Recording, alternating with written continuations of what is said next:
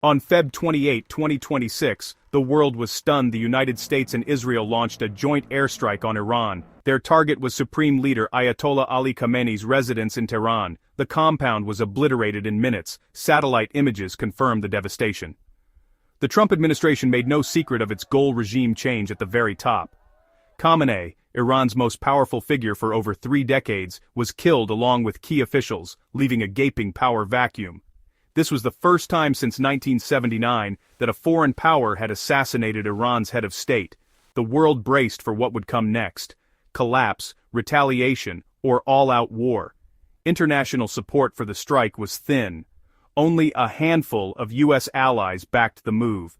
Most of the world, including China and the EU, condemned it. European leaders scrambled to prevent escalation, while China denounced the attack outright. The U.S. and Israel now faced global outrage and isolation, their gamble setting the stage for a new Middle East crisis. The region was on edge, and the consequences of this bold strike were only beginning to unfold.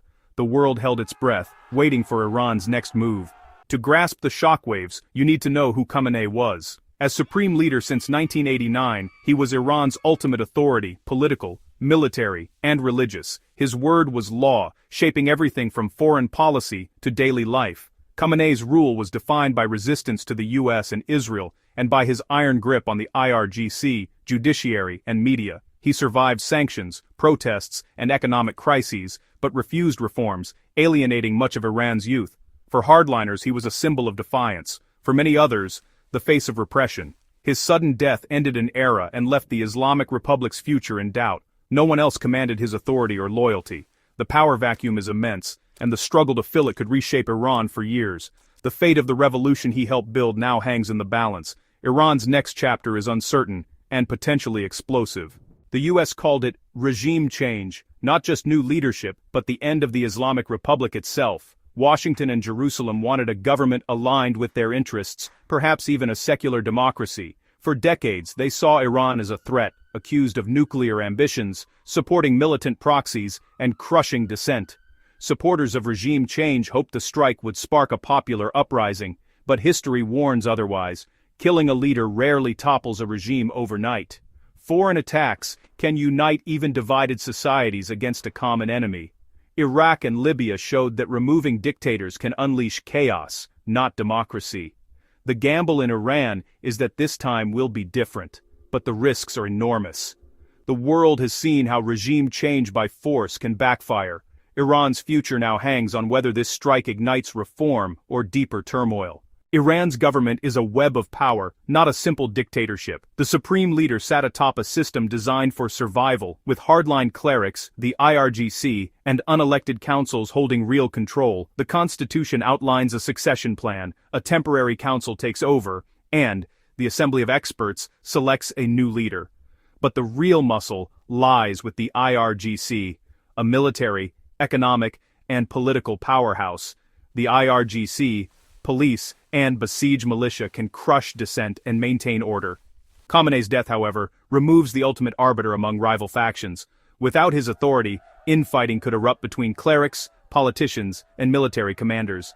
The process of choosing a new supreme leader could turn bitter and violent. Some analysts warn that internal conflict, not foreign attack, is the regime's greatest threat. The system was built for continuity, but it's never faced a crisis like this.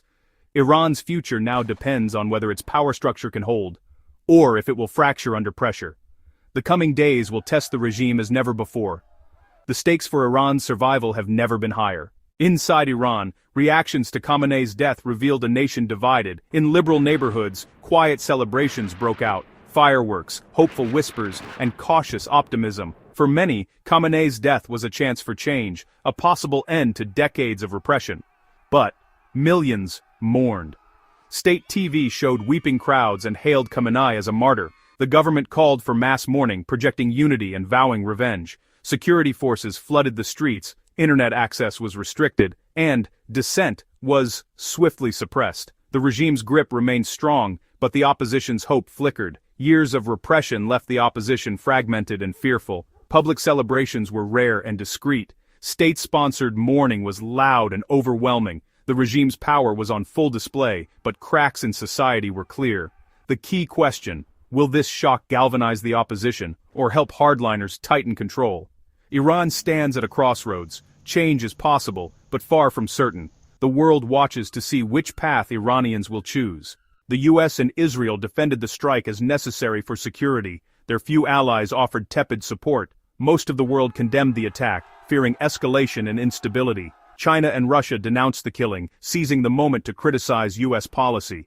The EU called for urgent de-escalation, alarmed by the risk of a wider war. The attack exposed deep rifts between the US and its traditional partners. In the Middle East, anxiety soared. Gulf states, wary of Iran but fearing retaliation, urged calm. The fragile thaw between Saudi Arabia and Iran collapsed overnight. Iran's neighbors braced for fallout, refugee crises, border tensions, and economic shocks. Every country in the region prepared for the worst, reinforcing borders and militaries. The world now waits for Iran's response, hoping to avoid a regional catastrophe. With Khamenei gone, Iran faces a perilous crossroads. The regime's succession plan may hold for now, with a new hardline leader chosen by the Assembly of Experts, but without Khamenei's authority, infighting could erupt, risking chaos or even civil war.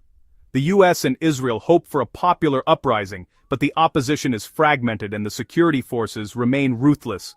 A foreign attack could unite Iranians against outside enemies, complicating hopes for change. The most immediate danger: Iran retaliates, sparking a wider regional conflict. The Islamic Republic was built to survive shocks, but this is its greatest test yet. The world watches, hoping for a peaceful transition, but preparing for escalation. Change is coming to Iran, but its direction is impossible to predict. The next weeks will determine whether Iran's future is shaped by reform, repression, or war. The stakes for Iran, the region, and the world could not be higher.